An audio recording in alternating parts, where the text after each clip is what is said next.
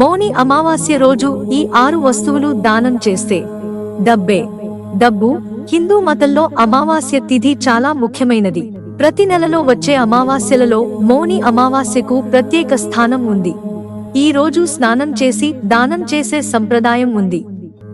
ఈ రోజున పవిత్ర నదిలో స్నానం చేయడం, పేదలకు దానం చేయడం వల్ల పుణ్యఫలం లభిస్తుందని మత విశ్వాసం. ఈ ఏడాది ఫిబ్రవరి 9వ తేదీన మౌని అమావాస్య జరుపుకోనున్నారు.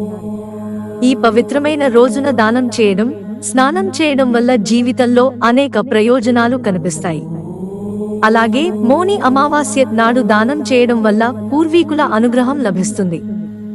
ఈ రోజున ప్రజలు తమ పూర్వీకులకు నైవేద్యాలు సమర్పించి వారిని ప్రసన్నం చేసుకునేందుకు చర్యలు తీసుకుంటారు. ఇలా చేయడం వల్ల జీవితంలో ఆనందం, శ్రేయస్సు, శాంతి లభిస్తుంది.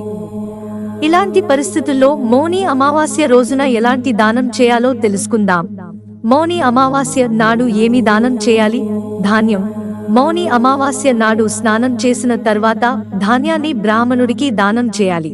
ఇలా చేయడం వల్ల పూర్వీకులు ఇహలోక యాత్రలో ఈ ఆహారాన్ని పొందుతారని, ఈ ఆహారంతోనే వారు సంతృప్తి చెందుతారని మత విశ్వాసం. ఆవు పాలు. ఈ రోజున ఆవు పాలను దానం చేస్తే మీ పూర్వీకులు మోక్షాన్ని పొంది సంతృప్తి చెందుతారు. ఆవు పాలను దానం చేయడం ద్వారా దేవతలు కూడా సంతోషిస్తారు. ఆవ నూనె. ఈ రోజున ఆవ నూనెను అవసరమైన వారికి దానం చేయడం వల్ల పూర్వీకుల ఆశీర్వాదం, జీవితంలో ఆనందం లభిస్తుంది.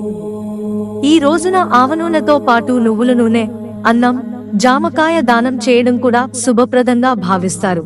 దుప్పటి. మౌని అమావాస్య రోజున దుప్పటి దానం చేయడం ఉత్తమం. జ్యోతిష్య శాస్త్రం ప్రకారం దుప్పటిని దానం చేయడం వల్ల గ్రహాల ప్రభావం తగ్గుతుంది. పూర్వీకుల మోక్షానికి కూడా సహాయపడుతుంది. పూర్వీకులు దుప్పట్లను దానం చేయడంతో సంతోషిస్తారు. వారి వారసులు శ్రేయస్సు కోసం ఆశీర్వదిస్తారు. పంచదార దానం చేయడం వల్ల పూర్వీకులకు తీపి రుచిని కలిగించి సంతోషిస్తుంది.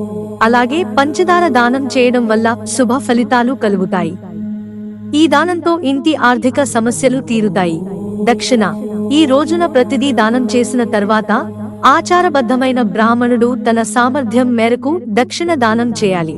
ఈ విరాళం తర్వాత మాత్రమే అన్ని విరాళాలు సంపూర్ణంగా పరిగణిస్తారు. ఇలా చేయడం వల్ల పూర్వీకులు సంతుష్టులై వారి వారసులకు సంపదలు ప్రసాదిస్తారు. మిత్రులారా, ఛానల్ సబ్స్క్రైబ్ చేసుకోవడం మర్చిపోకండి. ధన్యవాదాలు.